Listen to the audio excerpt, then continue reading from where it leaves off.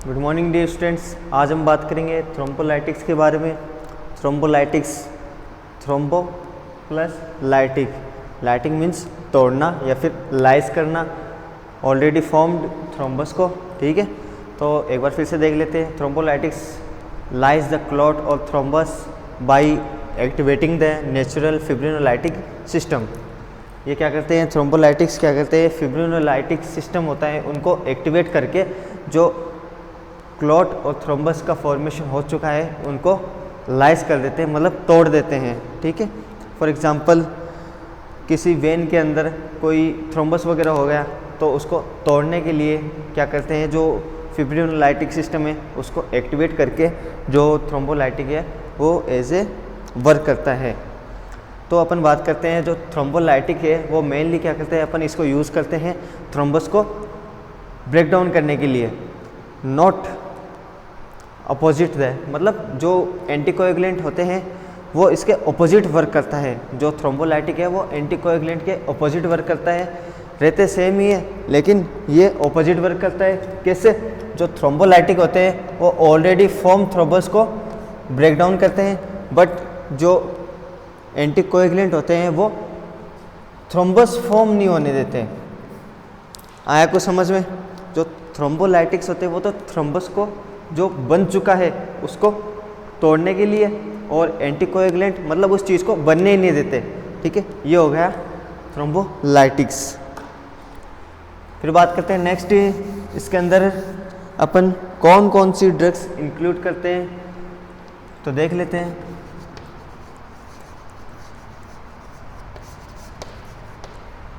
First one is streptokinase,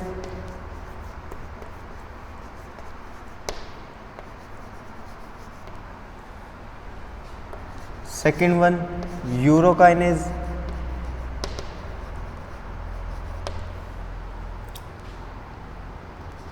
third one रेटिप्लेज,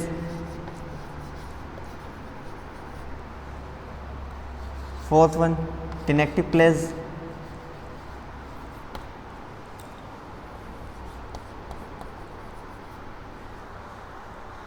fifth one is एल्टिप्लेज,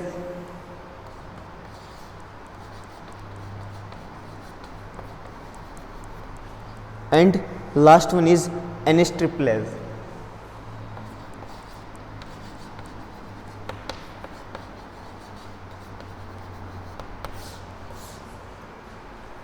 तो thrombolytics के अंदर अपन कौन कौन सी ड्रग्स को इंक्लूड करते हैं? First one is streptokinase, second one is urokinase, third one is reteplase, tenecteplase, alteplase and एनिस्ट्रिप्लेज।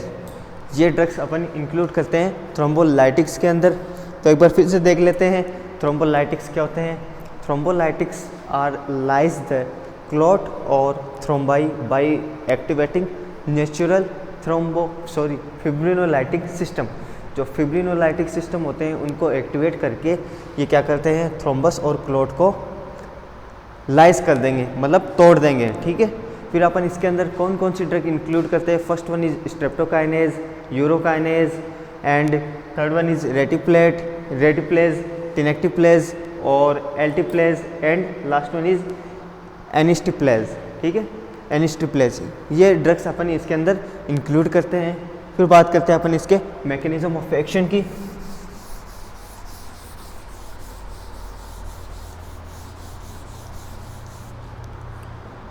Mechanism of action of thrombolytics. अब जो थ्रोम्बोलाइटिक्स है वो कैसे वर्क करते हैं? तो आपको पता है साइट पर जहाँ पर इंजरी वगैरह होती है वहाँ पर ब्लीडिंग होती है। ब्लीडिंग होने के बाद में क्या होते हैं, वहाँ पर हीमोस्टैटिक प्लेटलेट प्लग फॉर्मेशन होता है। वहाँ पर क्या होता है, फिर जो वो क्या करते हैं, ब्लड वेसल्स उसको फिब्रिन को वहाँ पर डिपॉजिट कर लेती है। डिपॉजिट करने के बाद में वहाँ पर क्या होता है, एक थ्रोम्बस या फिर क्लॉट का फॉर्मेशन हो जाता है। ठीक है, क्लॉट का फॉर्मेशन होता है। ये तो क्या एक नेचुरल फार्मूला है। ठीक है, ये क्या एक नेचुरल फार्मूला है, मतलब क्लॉट का फॉर्मेशन हो गया और वहाँ से मतलब ब्लीडिंग वगैरह स्टॉप हो गई, ब्लीडिंग कंट्रोल हो गई। ये क्या है, नेचुरल प्रोसेस है। फिर बात करते हैं नेक्स्ट, अपन क्या पढ़ रहे हैं, थ्रोम्बोलाइटिक पढ़ रहे हैं। अपन को क्या देखना है, थ्रोम्बोलाइटिक का मैकेनिज्म ऑफ एक्शन देखना है, ठीक है। तो थ्रोम्बोलाइटिक वहाँ पर कैसे वर्क करेगा, सब कुछ हो गया आफ्टर ऑल, मतलब रिपेयर वगैरह सब कुछ हो गया, तो अपन को क्या करना है, उस क्लॉट को हटाना है। तो क्लॉट कैसे हटेगा, तो इसके मैकेनिज्म ऑफ एक्शन की बात करें तो क्या होगा, जो प्लाज्मिनोजन है वो क्या करता है, सर्कुलेट हो जाता है प्लाज्मा के अंदर और कुछ हो जाता है किसके साथ में, जो फिब्रिन बना है उसके साथ में बाउंड हो जाता है, ठीक है। फिर उसके बाद में क्या होता है, जो प्लाज्मिनोजन है वो एक्टिवेट हो जाता है, ठीक है। जो टिश्यू प्लाज्मिनोजन एक्टिवेटर है वो क्या करता है, प्लाज्मिनोजन को एक्टिवेट कर देगा। प्लाज्मिनोजन एक्टिवेट होकर आगे जाकर कन्वर्ट हो जाएगा किसके अंदर, प्लाज्मिन के अंदर, और प्लाज्मिन होगा वो बाउंड कर लेगा किसके साथ में, फिब्रिन के साथ में। फिब्रिन के साथ में बाउंड होकर उसको क्या कर देगा, डिग्रेड कर देगा। डिग्रेड करने के बाद में जो क्लॉट है वो भी डिसॉल्व हो जाएगा। तो एक प्रोसेस है वो अपन देखते हैं।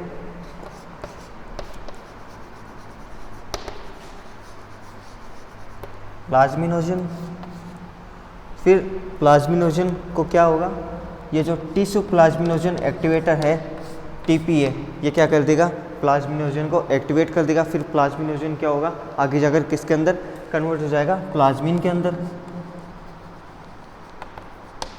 प्लाज्मिन के अंदर कन्वर्ट होने के बाद में प्लाज्मिन होगा वो क्या हो जाएगा, बाउंड हो जाएगा किसके साथ में, फिब्रिन के साथ में, बाउंड टू या फिर बाइंड टू फिब्रिन। फिब्रिन है आपको पता है जो क्या करता है, क्लॉट वगैरह बन गया, मतलब सारा सब कुछ हो गया, तो क्या होगा, वापस से क्लियर भी तो करना है उसको। तो अपन प्लाज्मिन को फिब्रिन के साथ में बाइंड करके उस फिब्रिन को क्या कर देंगे, डिग्रेड कर देंगे। फिब्रिन के बाद में डिग्रेड हो जाएगा। डिग्रेड होने के बाद में जो क्लॉट है वो ऑटोमेटिकली डिसॉल्व हो जाएगा। ये होगी जनरल इसका मैकेनिज्म ऑफ एक्शन है। एक बार फिर से देख लेते हैं। जो टिश्यू प्लाज्मिनोजन एक्टिवेटर है वो क्या कर देगा, एक्टिवेट कर देगा प्लाज्मिनोजन को। फिर प्लाज्मिनोजन है वो कन्वर्ट हो जाएगा प्लाज्मिन के अंदर। प्लाज्मिन क्या कर लेगा, बाइंड कर लेगा फिब्रिन के साथ में। फिब्रिन है, फिब्रिन को साथ में बाइंड करने के बाद में उसको डिग्रेड कर देगा। डिग्रेड करने के बाद में ऑटोमेटिकली जो क्लॉट है वो डिसॉल्व हो जाएगा।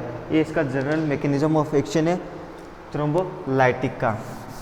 अब बात करते हैं स्ट्रेप्टोकाइनेज के बारे में।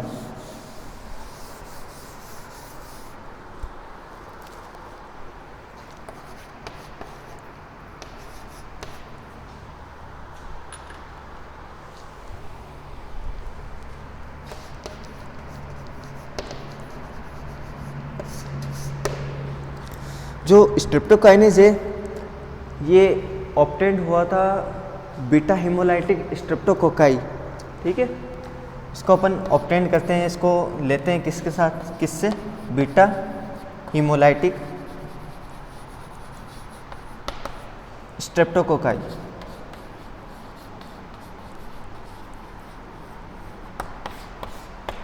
ये क्या करता है, जो फिब्रिनोलाइटिक रिएक्शन है उसको कंप्लीट करने में हेल्प करता है, इसलिए अपन इसको लेते हैं स्ट्रेप्टोकाइनेज को। लेकिन अगर किसी को पहले कोई स्ट्रेप्टोकोकल इन्फेक्शन बॉडी के अंदर, मतलब ये डिजीज़ हुई थी, तो क्या होगा उसके अंदर, तो क्या होगा, एक्टिव एंटीबॉडी बन गई, ठीक है। उसके अंदर तो पहले से एंटीबॉडी बन गई, तो अपन स्ट्रेप्टोकाइनेज देंगे तो क्या होगा, ऑटोमेटिकली वो क्या होगा, वहाँ से क्या कर लेगा, उसको एक्टिवेट नहीं होने देगा, इनएक्टिवेट कर देगा स्ट्रेप्टोकाइनेज को। इसलिए अपन स्ट्रेप्टोकाइनेज तो देंगे नहीं। तो अपन बात करते हैं नेक्स्ट यूरोकाइनेज के बारे में।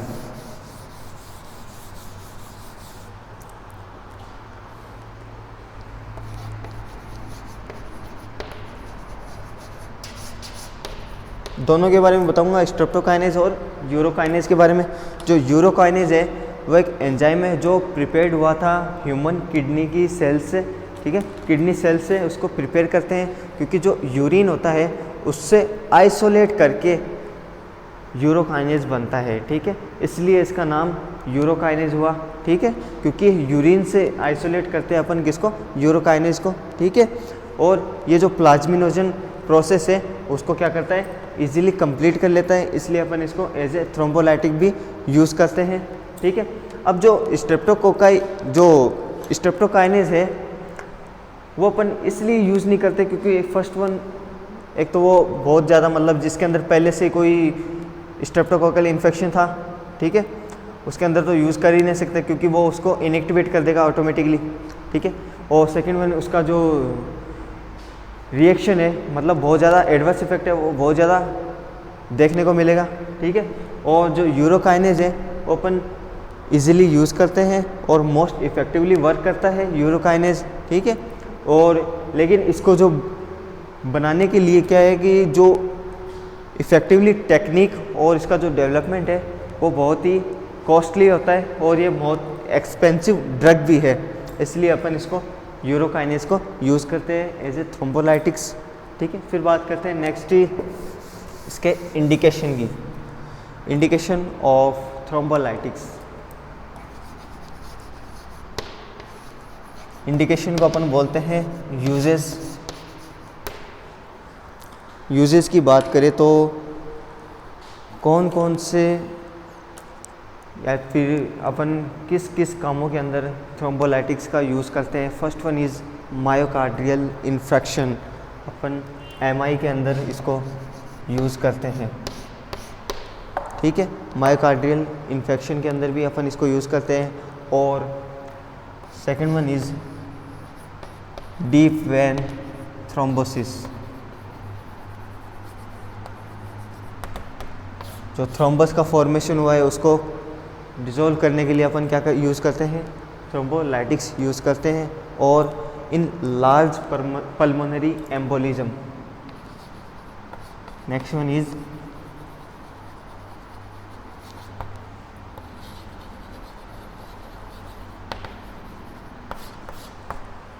अपन पल्मोनरी एम्बोलिज्म के अंदर भी इसको यूज़ करते हैं, ठीक है।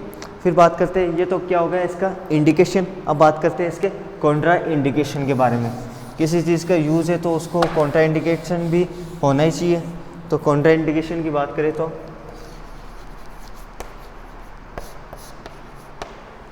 एक तो अपन इसको यूज़ नहीं कर सकते रिसेंट सर्जरी के अंदर,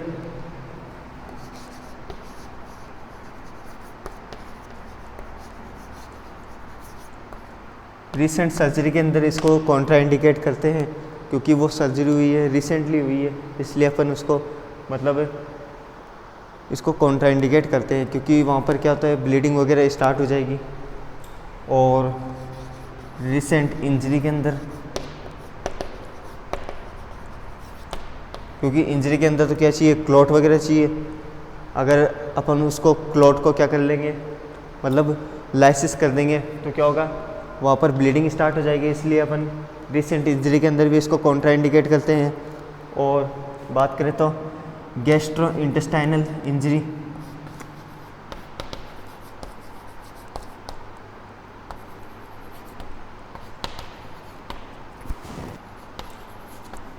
इसके अंदर भी अपन कॉन्ट्रा इंडिकेट करते हैं, ठीक है। और बात करते हैं हाइपोटेंशन के अंदर भी अपन इसको कॉन्ट्रा इंडिकेट करते हैं। और last one is bleeding disorder, इनके अंदर भी अपन इसको कॉन्ट्रा इंडिकेशन करते हैं, ठीक है। ये हो गया Contra indication complete. Last one बात करते हैं अपन इसके एडवर्स इफेक्ट की।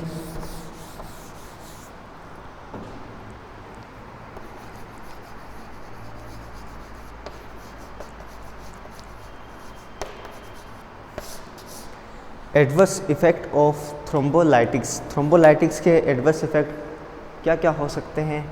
First of all bleeding most common है क्योंकि थ्रोम्बस को अपन क्या कर लेंगे मतलब जो क्लॉट वगैरह हो रहा है उसको तोड़ने का ही तो काम कर रहे हैं। तो कई बार क्या होता है इंजरी वगैरह रिसेंटली होती है जिसकी वजह से क्या होते हैं अपन थ्रोम्बोलाइटिक्स दे देंगे तो क्या होगा ब्लीडिंग स्टॉप नहीं होगी और ब्लीडिंग होने लग जाएगी। तो first one is bleeding. Second one बात करें तो हाइपोटेंशन के अंदर भी इसको नहीं देते हैं, ठीक है। And last one is fever and allergic reaction, या फिर बात करें तो हाइपर सेंसिटिविटी रिएक्शन।